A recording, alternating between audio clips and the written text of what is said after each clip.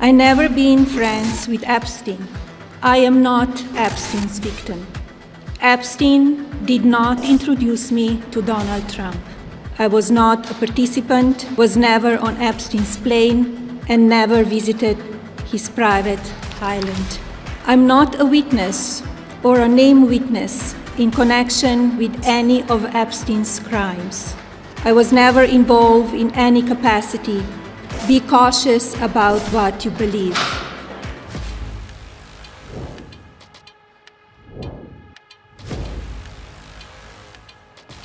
Epstein was not alone.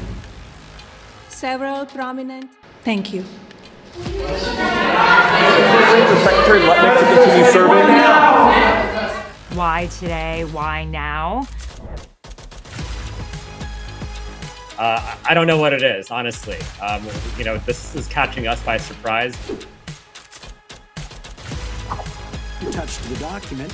Did you redact it? To be absolutely no. Absolutely.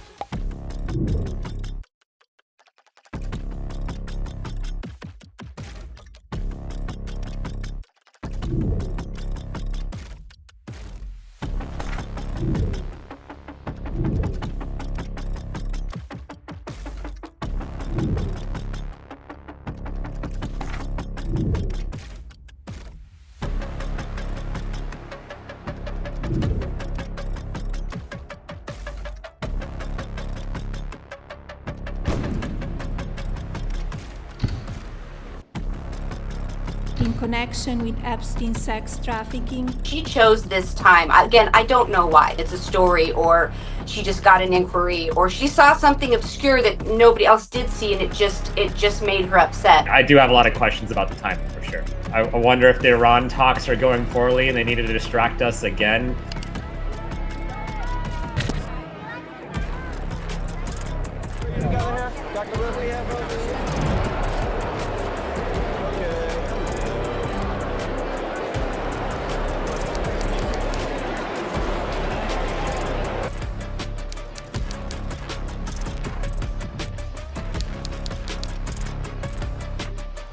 Donald and I were invited to the same parties as Epstein from time to time, since overlapping in social circles is common in New York City and Palm Beach. I met my husband by chance at a New York City party in 1998. The first time I crossed paths with Epstein was in the year 2000 at an event Donald and I attended together. At the time, I had never met Epstein and had no knowledge of his criminal undertakings.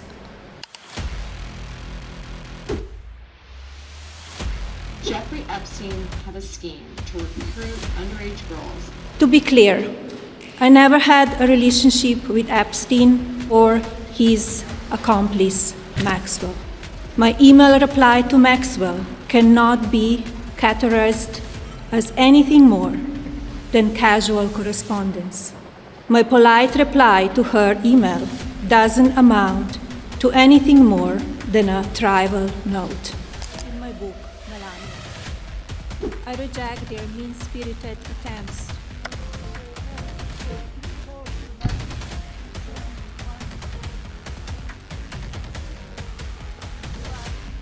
She knew full well that walking out there into the White House residence behind that podium like that would make absolute waves. But she chose this very specifically, and she definitely thought on it for a few days. And I'm going to say I call BS on our president saying he knew nothing about it, because at the very least, I imagine she would have given him a heads up if she had sent an advisory out yesterday.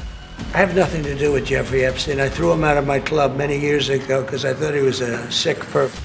The lies linking me with the disgraceful Jeffrey Epstein need to end today.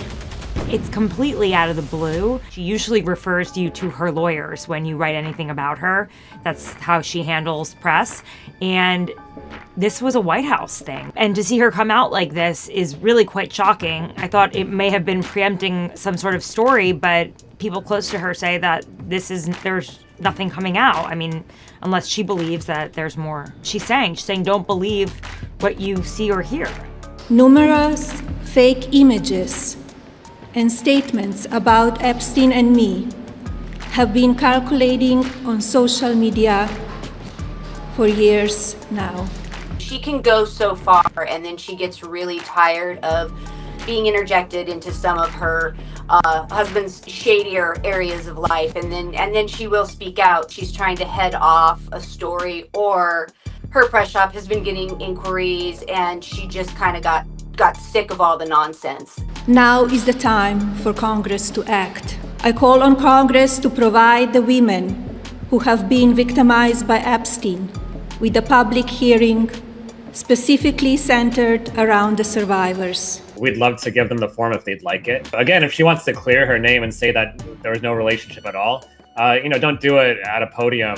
Do it in front of the committee under oath, and it'd be more believable to me at that point. But again, it's puzzling that the timing of this, she has a lot of power here, right? Her husband is the president of the United States, and he's what's in the way of releasing the rest of the files. So if she wanted to do right by the survivors, then do what they're asking you to do, which is release the rest of the files.